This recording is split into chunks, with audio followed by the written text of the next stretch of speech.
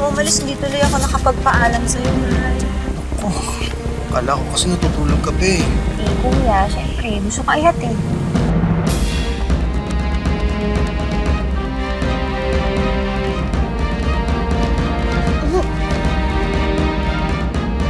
Mahal, atin mo.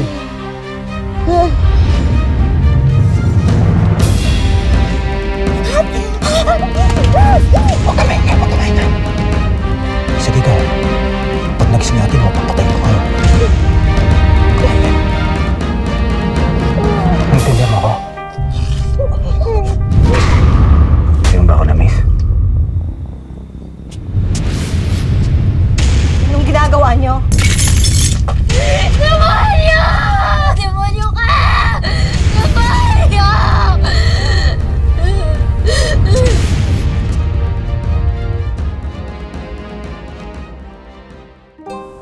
Itatago natin siya sa pangalang April, isang high school student na matataas ang grado, masipag na miyembro ng choir sa simbahan, mabuting anak at mapagmahal na kapatid sa kanyang ate. Pero masisira ang lahat ng kanyang pangarap at guguho ang kanyang mundo nang tuhugin silang magkapatid ng nag-iisa niyang bayaw. Kakayanin ba niyang lumaban? Na, mahal, nandito na tayo. Simula ngayon, ha? Dito na yung magiging bagong bahay niyo. Salamat, mahal.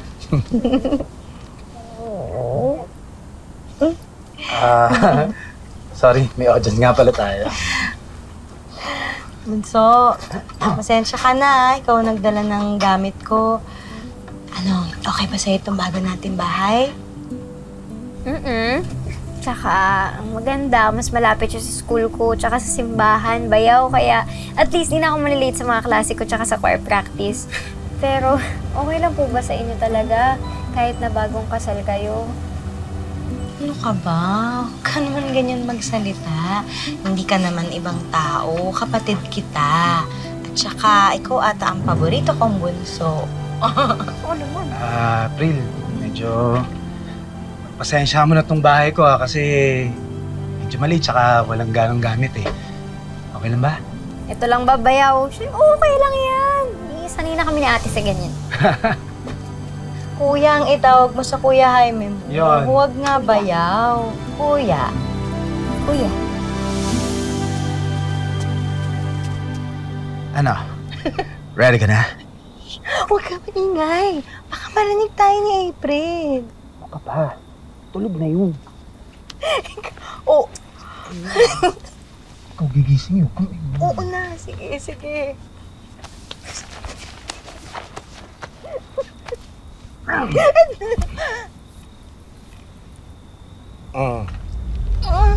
Mahal? Mahal? Ma'am! Mahal! Mahal! Mahal! April! Mahal! Mahal! Mahal! Mahal! Mahal! Mahal! April! Tumawag ka ng tricycle! Bilis! Bilis! Bilis! Teka na! Mahal! Mahal! Meron siyang epilepsy. April, alam niyo ba ito? Hindi, kuya. Di sana kung alam namin na may ganito si ate. Sinabi niya na yan sa'yo. Hindi naman pambihira na ngayon lang nang inatake ang asawa mo, sir. May mga case talaga na hindi agad lumalabas ang kondisyon na ito. May butas din kasi ang puso ni Jessica. Maaari niya itong kamatay.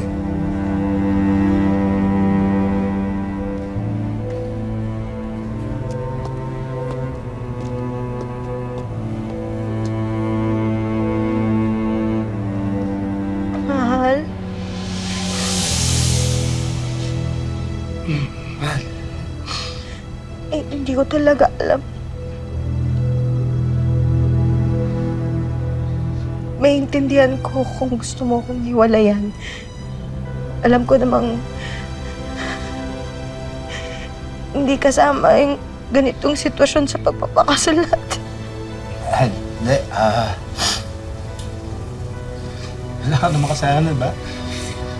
Hindi ko naman kasalanan ito. Ate. Ate, nandito lang kami, ha? Basta pangako ko sa inyong magkapatid. Hindi ko kayo pababayaan, ha?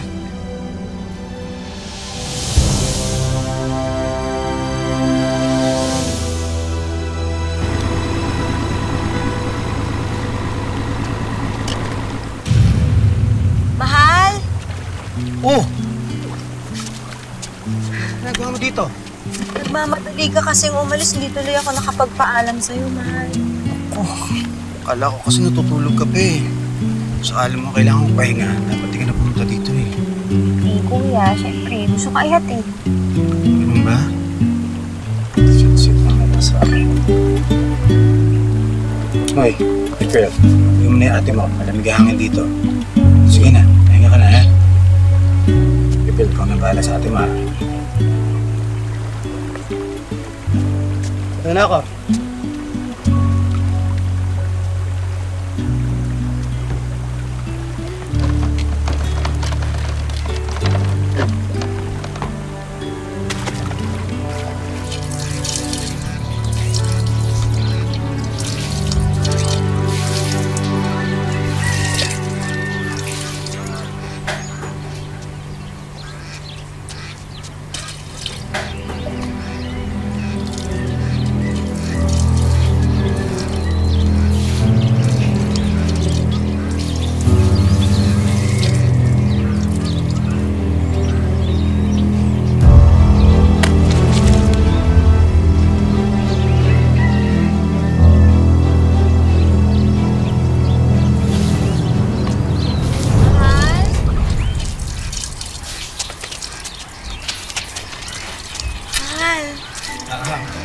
Jackpot tayo ngayon. Dami ng huli ko.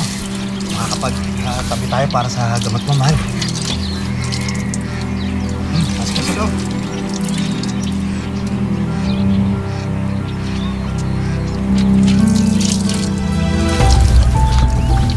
Mahal.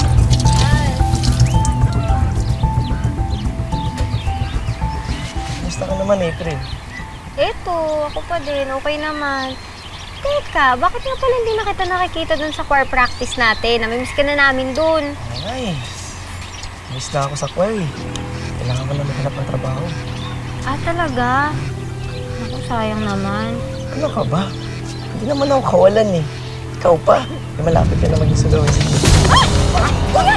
Henry! Kuya! Ano ba yan? Henry! Okay ka lang? Ano ginawa ko sa'yo? Tama na yan! Ano yan? Tigil na! Tama na! Awas na! Tama na sabi! Bakit mo naman kasi sinaktan si Henry? Eh, kababata ni April yun. Malay ko ba? Akala ko binabastos tong si April eh. Salamat. At nagmamalasakit ka sa kapatid ko. Pero sana naman sa susunod, huwag ka naman padalos-dalos, ha? Tingnan mo nga yung itsura mo, oh. Pawis na pawis ka. Sandali nga, kukuha ko ng pamalit mo. Kuya, salamat ah. Alam ko naman na hindi yun yung intensyon mo, pero baka sa susunod pwede nating ilagay na lang sa lugar. Kasi wala naman talagang ginawa masama si Henry. Wala siyang kasalanan. Pasensya mo na ang kuya mo, ha? Akala ko talaga binabastos ka eh. Alam mo namang gagawin ko lahat para sa'yo, di ba? Gagawin ko lahat para sa inyong magkapatid. Walang pwedeng bumasto sa inyo. O protektahan ko kayo.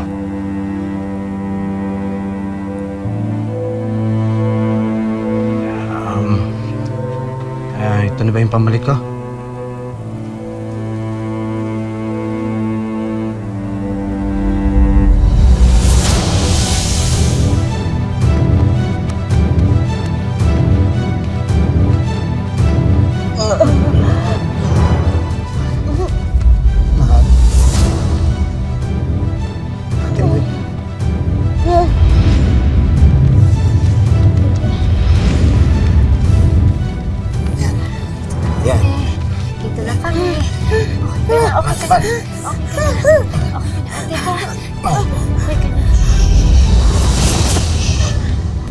Okay ka na. na. Mahal? Mahal? Okay na ang ate mo.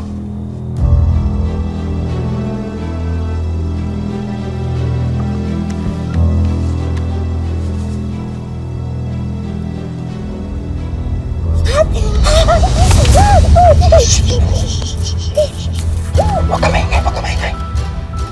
Sige ka, pag nagising natin mo, papatayin ko kayo.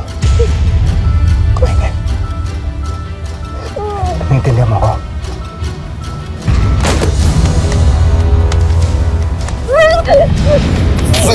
Di ba sinabi ko huwag ka maingay? Di ba sinabi ko huwag ka maingay? Ha?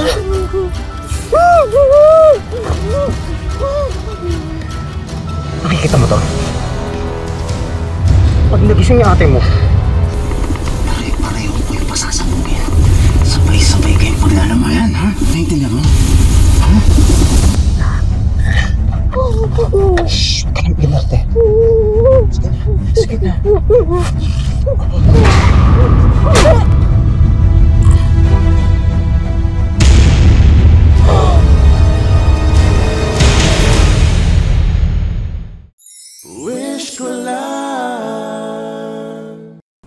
Buong pag-aakala ni April at ng kanyang ate Jessica na si Jaime ay perpektong asawa at bayaw. Pero ang totoong ugali niya ay unti-unting lalabas. Sa loob ng mismong bahay, pagsasabayan ni Jaime ang magkapatid habang wala silang kalaban-laban. Pasensya na kayo ha, napuyat ko kayo kagabi. Wala yan, mahal. Buti nga't nakapahinga ka eh. May imbing tulog mo eh. Diba, April? April, Po. tatanong ate mo.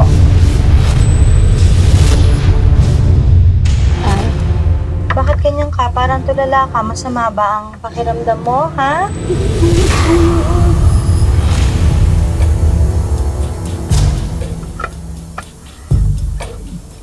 Hindi ate, naka-ano lang, hindi lang ako nakatulog. Gusto ko napuyat. Sige na. Wala na ako, ha? Sige. Mag-iingat ka, mahal, ha? April! Nakukulitin natin mo, ha? Kaya mo pahinga.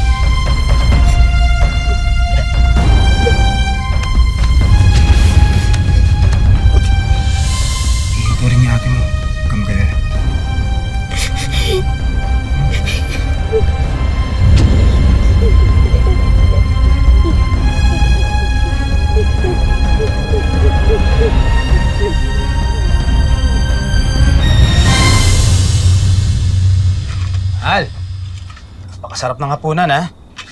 Sayang, walang panghimagas, eh.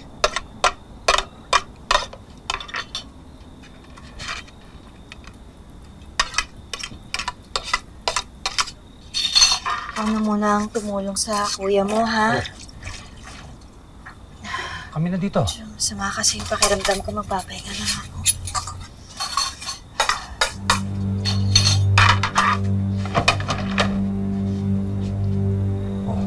Hugas ka na daw.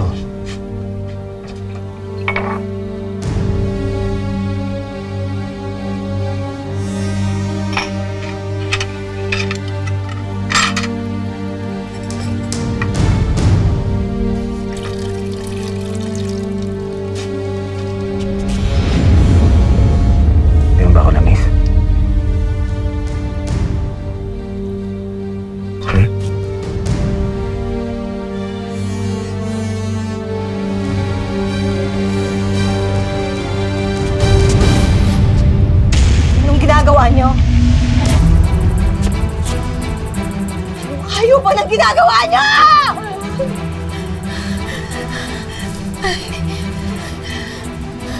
Ano na nagawa sa akin to? Ha?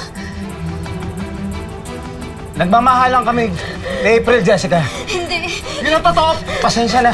Hindi! Ate, hindi! Ate, huwag ka maniwala sa kanya. Ate, nagsisinungaling siya.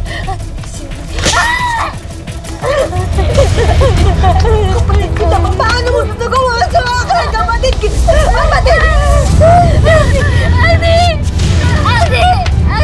Ate, huwag ka maniwala dyan. Ayok yun, ate. Baboy kayo, magsama kayo! Dalawa!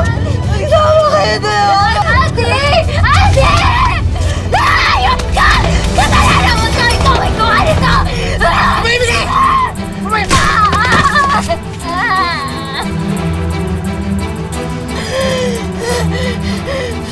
Akin ka na kayo.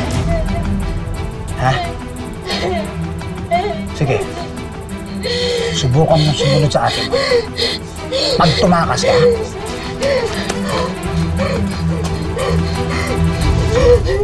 papasabugin ko ang bahay niyo. Uubusin ko ang lahi mo. Naintindihan ko ba yan? Ha?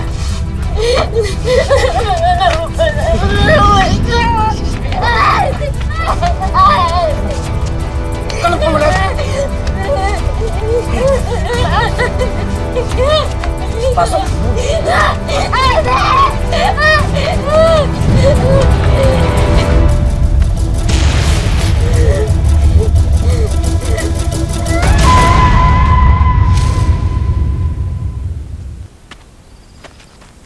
Henry!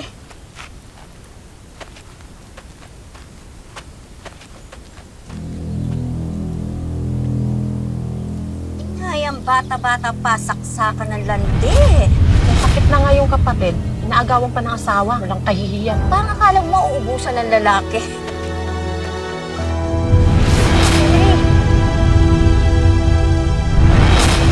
Saka na lang. Inaagawan pa ng asawa. Gagawin ko lahat para sa'yo, diba?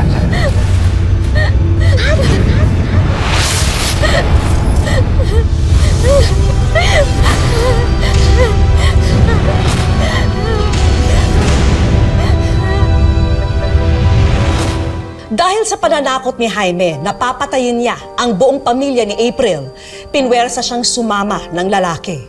Habang ang lahat ng tao, pati na ang kanyang sariling pamilya, ay masama naman ang tingin sa kanya. Ang paniwala ng lahat, inagaw niya raw ang mister ng kanyang kapatid na may sakit. Ang hindi nila alam, mala impyerno ang buhay niya sa piling ni Jaime.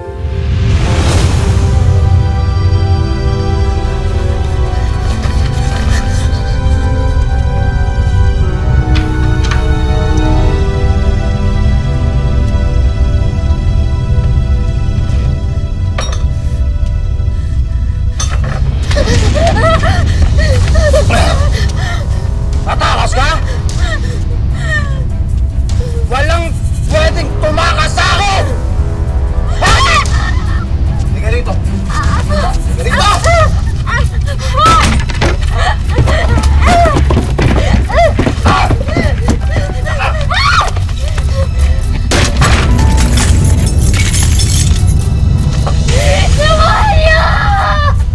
Wala makakarinig sa'yo, ha?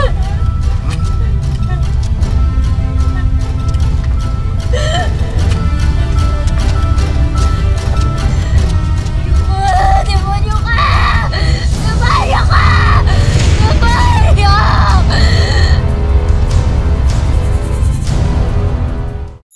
Wish ko lang Demonyo ka!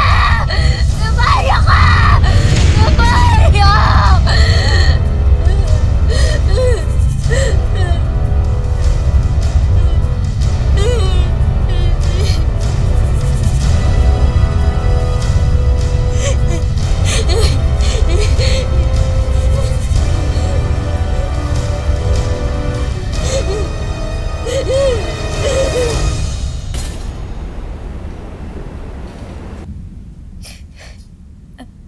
Makalipas ang ilang buwan, Nalaman ni April na nag-aagaw buhay ang kanyang ate, kaya gumawa siya ng paraan para makapuslit kay Jaime. Patawarin mo ako.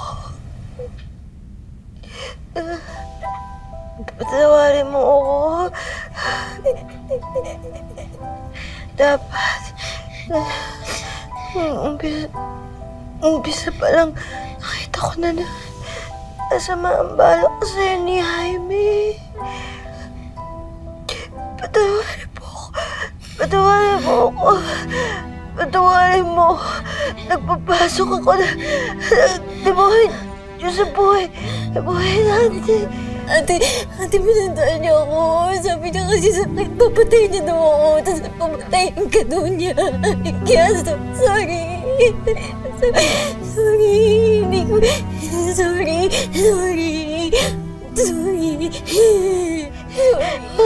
Mahal kita.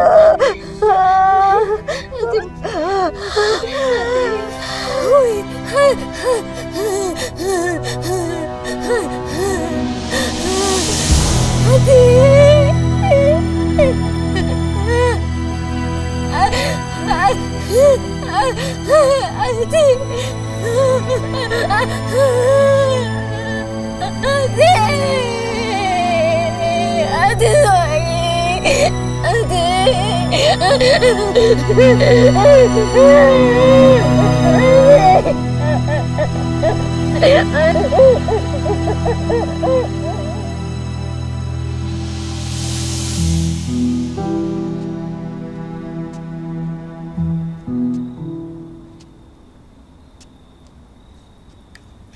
Saan ka galing?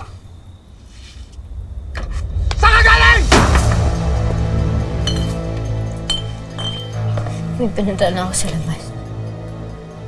Pinuntahan sa labas o nang lalaki ka? Ha? Wala akong lalaki. Wala kang lalaki? Ako nga, wag mo ako pinaglolo ko. Kung binibilog ulo ko, ha? Alam mo ba kung anong gagawin ko sa inyo pag nahuli ko kayo? Ha? Papatayin ko kayo!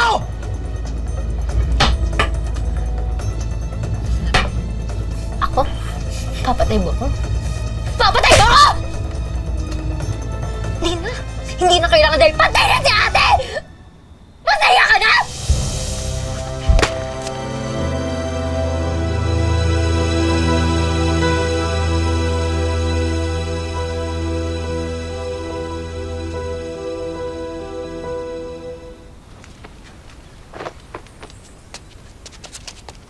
April, makinig ka mabuti ha.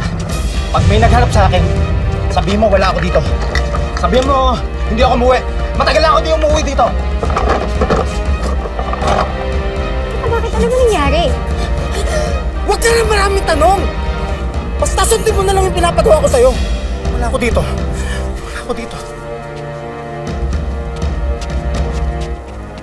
Magandang araw ho. Diyan ho ba nakatira si Jaime Orion?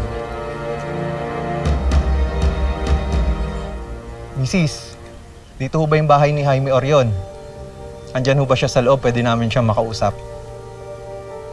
Mrs., may nag-report po kasi na nagda-dynamite fishing daw ang mister ninyo.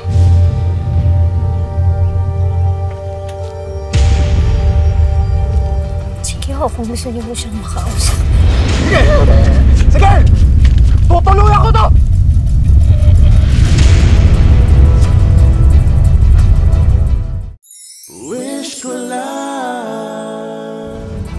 Tutuluyan ko to! April, di ba sinabi ko sa'yo wala ako dito? Ha? Subuko ka na. Hindi ako susuko! Hindi natin kailangan umabot sa ganito. Hindi ako susuko. Sumuko ka na ng maayos. Baba mo na yan! Patayin ko to! Sitaw mo na yan. Sumuko ka na lang. April! Sige na, sumuko ka na lang. Hindi na ako susuko eh! April! April!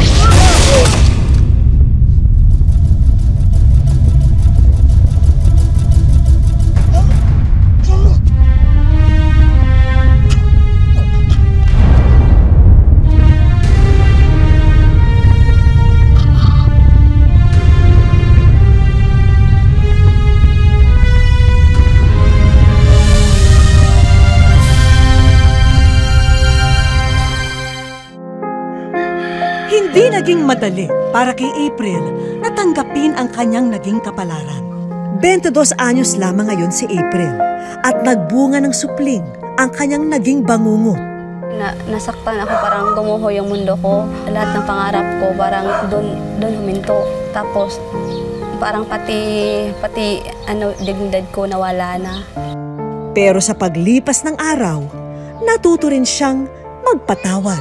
Bago mamatay si Jaime, nanghingi naman siya sa akin ng tawad. Ako naman, napatawad ko na siya kasi nga, taon lang din naman tayo, nagkakasala. Nasa Dipolog City ngayon si April para maghanap ng trabaho. Nakikitira siya sa isa pa sa kanyang mga kapatid. Kailangan niya kasing magpursige para buhayin ang anak. Naawa ko sa kanya kasi ang bata-bata niya pa noon. Tapos nasayangan din ako kasi matalino siya eh. Sana makapagtapos ka sa pag-aaral para makuha mo na yung mga anak mo. Sa ngayon, tinitiis ni April na malayo sa kanyang mga anak. Tiniis ko na lang kahit mahirap na malayo sila sa akin para sa kanila lahat naman ng mga pangarap ko. Pero hindi siya nawawala ng pag-asa na darating ang araw na magsasama-sama silang mag-iina at magiging maayos din ang buhay nila.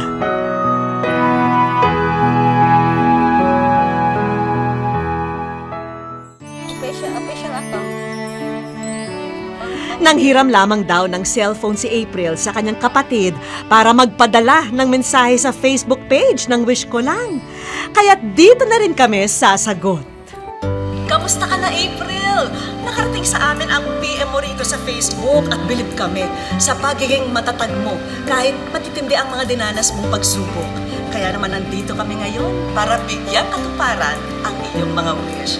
Dahil April, ikaw ngayon ay nasa Wish Ko Lang. Minsan umaasa ako na dumating sa time na ganito, pero parang minsan din sabi ko malabo kasi nga ang layo ng Manila dito sa Dipolog City.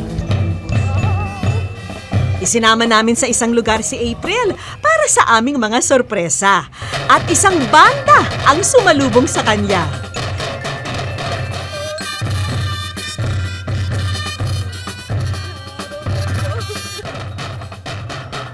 Kasunod nito ay ang mga anak ni April. Kitang-kita ang pagkasabik ng magkapatid sa yakap ng kanilang ina. Masayang-masaya ako. Minsan ko lang kasi sila makita. Speechless.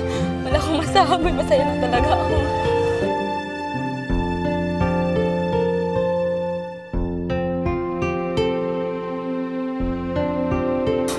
Mga anak ko nga ako, hindi ko kayo pababayaan. Alam niyo naman kung gaano kayo kamahal ni Mama. Love you too, ikaw. Love you too. Ang isa sa pinakamalaking pangarap ni April ay makapagtapos ng pag-aaral. At nais po ng Wish Ko Lang na maging instrumento sa pag-abot nito.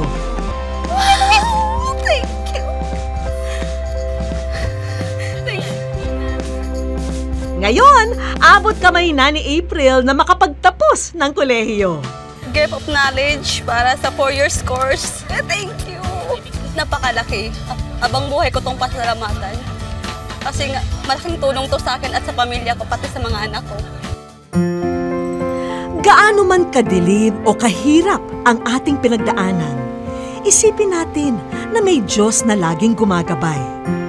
Kung hindi tayo sumusuko at lalo higit mabuti ang ating puso, liliwanag din ang dating madilim na daan. Kagaya ni April, marami sa atin ang dumaraan sa mga pagsubok na parabang imposibleng malampasan. Pero tulad ng lagi nating sinasabi, walang imposible. Gaano man kadilim o kabigat ang pinagdaraanan, ang mas malagay, bumabangon tayo at tumatayo. Maraming salamat po. Ako po si Vicky Morales at ito po ang wish ko lang.